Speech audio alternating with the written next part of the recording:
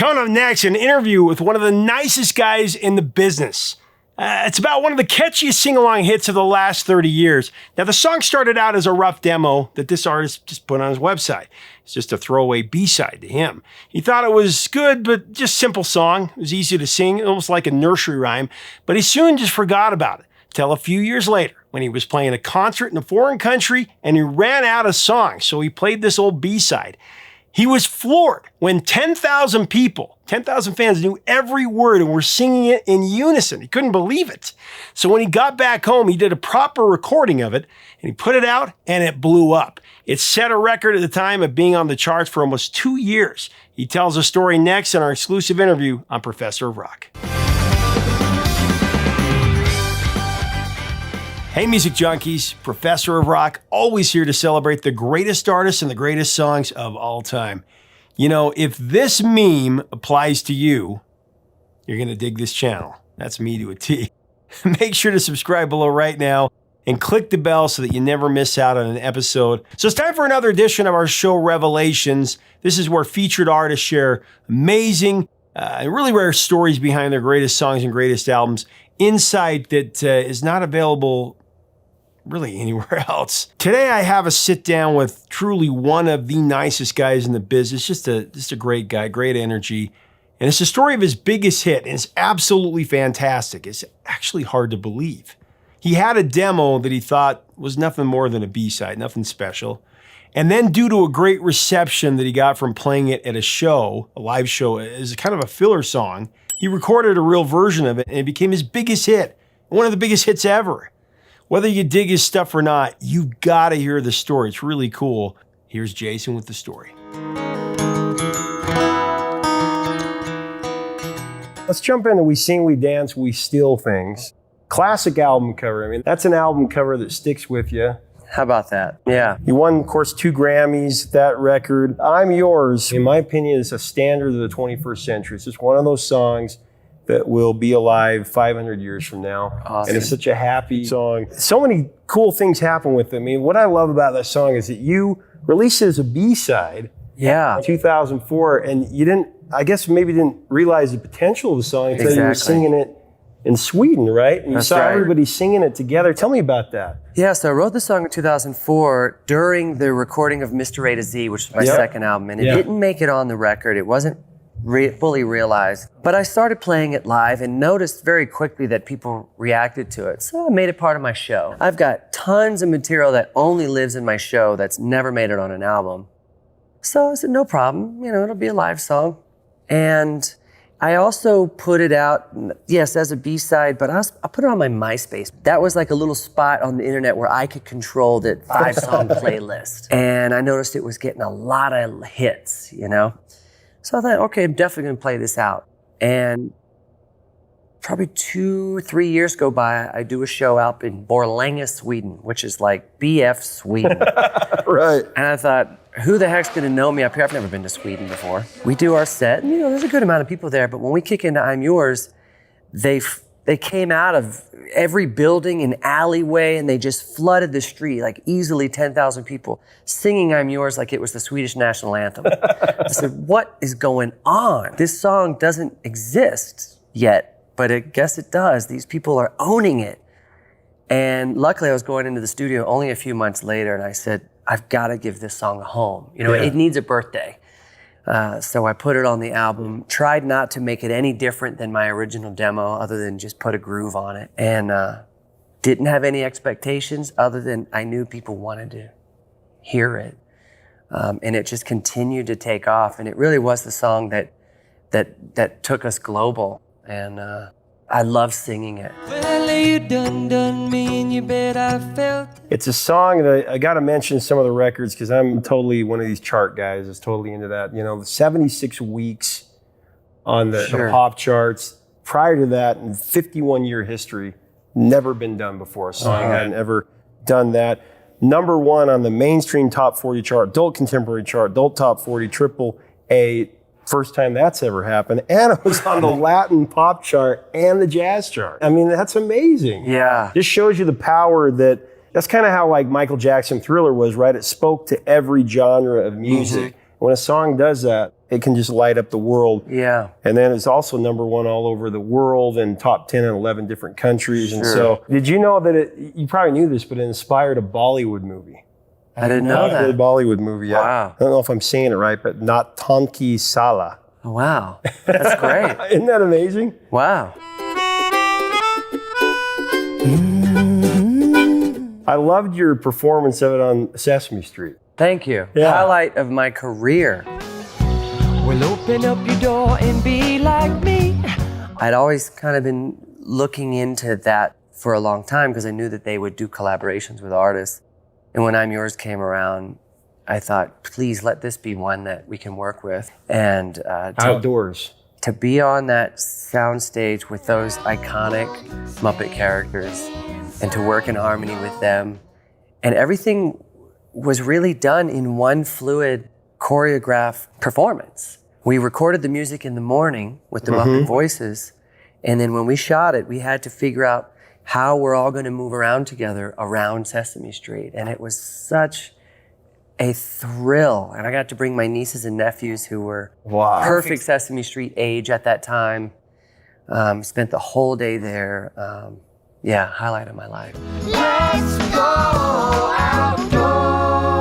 And the remix version of Lil Wayne. I mean, this song's kind of had a passport to everywhere. Totally. And you know what I'd love to share about the song is a lot of people ask me, who'd you write it for? Did you have a girlfriend? Yeah.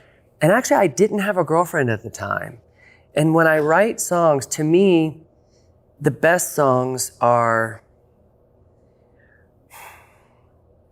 kind of trying to fill a void in your life, trying to fill an emptiness, and so that you can replace it with joy, so that you can feel alive. To me, when I sing, or when we sing along with the song, it's about, subliminally, it's about conscious breath work. When we sing along with the song, we have to know when we're going to take that next breath so we can sing the next lyric. Oh, yeah. So we're awake.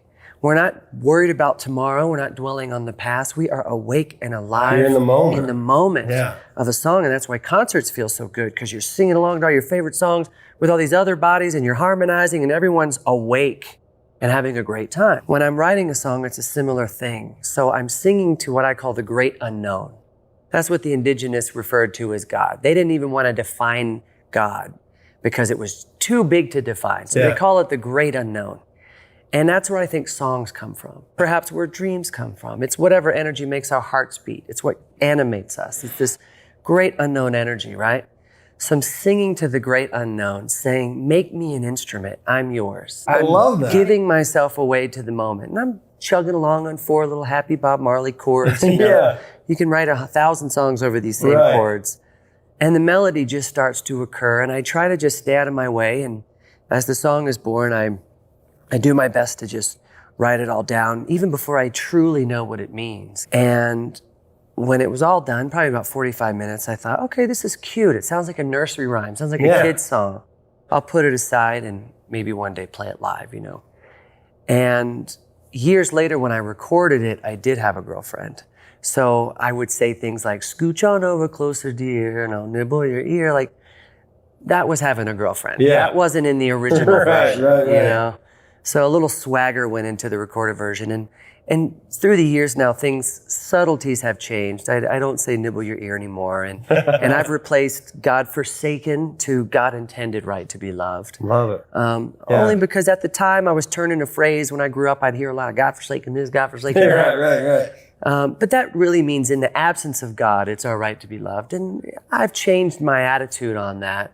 I'm not a religious person in any way, but I'm spiritual. I'm deeply spiritual because I'm always asking the question about purpose, and I'm always looking for meaning for every new moment. And I think that's all spirituality is trying to remember how to be awake and appreciate life. And for me to say it's our God intended right to be loved is to say that, hey, we were put here to sing songs, to connect with each other, to feel joy, to taste delicious foods, to see these delicious colors that our national parks and our nature has to offer. To experience love and to be love.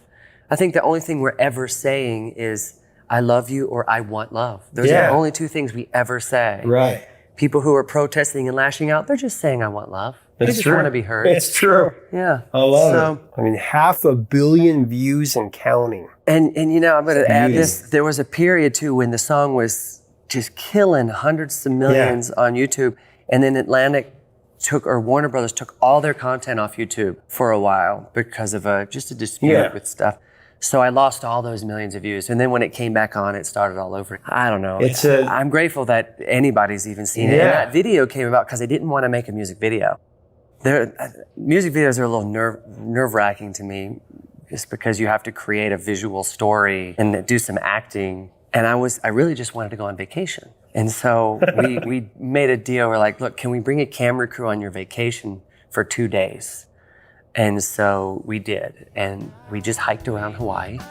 Everything you see is something we're really doing for the first time.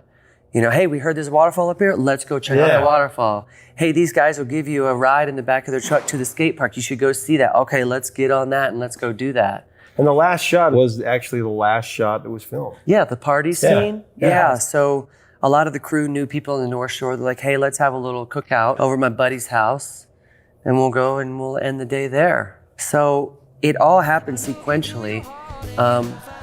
Gratuitously, our videographer, when he took I think he put himself on like a helicopter tour of the island to get some extra shots. He shot a private jet on the runway. That wasn't our jet. We don't have one of those. But he put it in there at the top of the video like it's how we roll. Yeah. You know? So I got some negative feedback from that.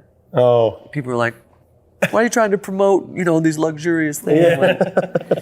Whatever. So I'm really riding in commercial airline at the beginning. Luckily, nobody was seated next to me, so my camera guy could film me. Put my iPod in and lip sync the words. We made it all work. Low budget, beautiful video. I'm yours. Since I was a really little kid, I loved to sing. Yeah. That was just something I loved to do. I felt like that was my gift. It was my little parlor trick that I could do to entertain a classroom, my family at a gathering, or just entertain myself if I'm alone rocking out to my favorite songs, which at that time was all across the board, usually from the radio. This would be the 80s. I was born in the late 70s, and my dad was listening to kind of Carolina soul, like beach music, which for them was shag dancing. Rhythm and blues, doo-wop, bop. My mom was listening to crooners like Sinatra and Bing Crosby. Exactly, Bing Crosby. So my grandfather on my mom's side mimicked Bing Crosby quite a bit. He wasn't a singer by trade, but he was the singer in the family that I believe I got my talent from. Yeah. He loved musicals and singing holiday songs, and so we were always engaged in music. And me and my friends, we just listened to everything from, Vanilla Ice to Guns N' Roses. I love it. To Michael Jackson. I was a huge Michael Jackson fan. And I think it might have been Michael that sort of kicked the door open for me at a young age, that just made me want to, express myself. Yeah. In high school, it was the Dave Matthews Band. Oh, yeah. That's when my dad's singer-songwriter collection took on new meaning, because Dave Matthews was a singer-songwriter, but he fused it with jazz and funk and soul, and it just sounded new to me. That's, to me, when singer-songwriter got interesting in my lifetime. Yeah. And it was through that I went back and discovered Bob Dylan and Neil Young and Cat Stevens and Jim Croce. Oh, yeah. And songwriters. Yeah, James Taylor, exactly.